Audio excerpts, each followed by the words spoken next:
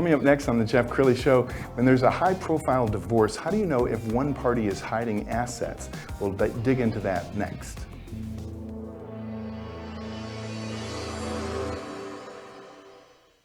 Many are predicting that the worst is yet to come, which is unfortunate, said one person here.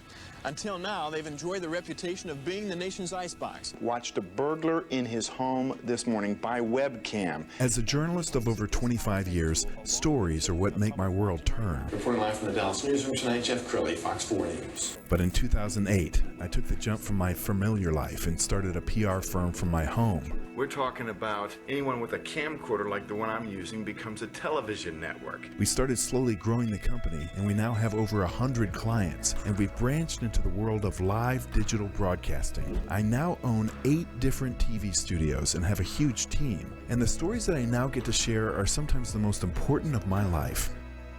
Life has a funny way of coming around full circle. This is the Jeff Crilley Show.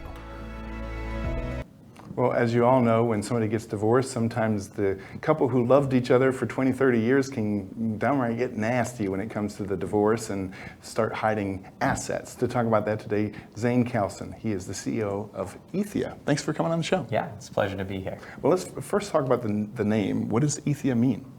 Etheia is derived from Aletheia, the Greek goddess of truth, and our goal in some of these contentious divorces is to find what that truth is so that both parties can move forward. Okay, so talk about a common case. If a husband or wife are getting divorced, where does the offending party typically hide assets? Yeah, we see a lot of instances where someone's stowing real estate over in New York when the family lives in Texas.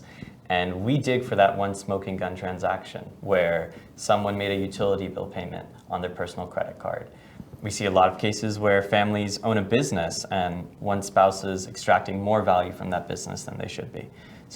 And I know you guys are almost like forensic accountants, aren't you? Because you're going through millions of documents sometimes? Right, yeah, and so typically forensic accountants would take on some of these high-profile, high-net-worth cases.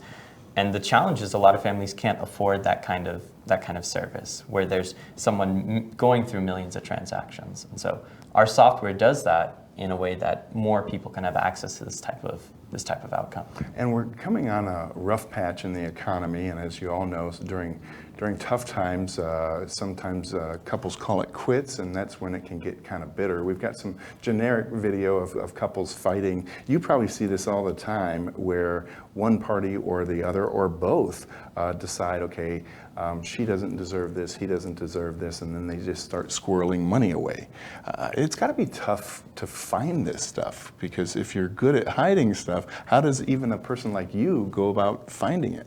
So you're right, there's a lot of challenges in doing something like this.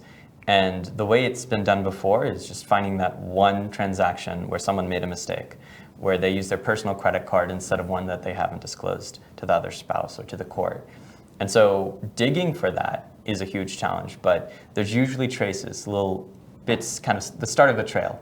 Sure, and your client is the divorce firm. They don't often have somebody on staff who's able to do this. Right, I mean, it would have to be the attorney who's charging, some cases up to $1,000 an hour, paralegal who's still very expensive. And so if this was something to be done manually, it just wouldn't be feasible in 90% of the cases. Well, you've really become a thought leader in your space. We're going to show on the screen an article that you wrote for Family Lawyer magazine. Tell us about that article. Yeah, and this was tiered at family attorneys, and there's a lot of every state's different, but there's a lot of ways to play the system in small ways. And so this article really showed family lawyers some of the opportunities to find hidden assets, to analyze how the family is spending money and how one party might be taking advantage of the situation. Do most attorneys or family law attorneys know that a guy like you exists? It's a very new space, and traditionally there's been a lot of challenges on the actual technology side that prevent something like this from being possible. And so it is a very new space, and it's rapidly evolving because the tech now exists to look through those millions of documents and extract that one critical transaction. And I know sometimes social media can trip people up.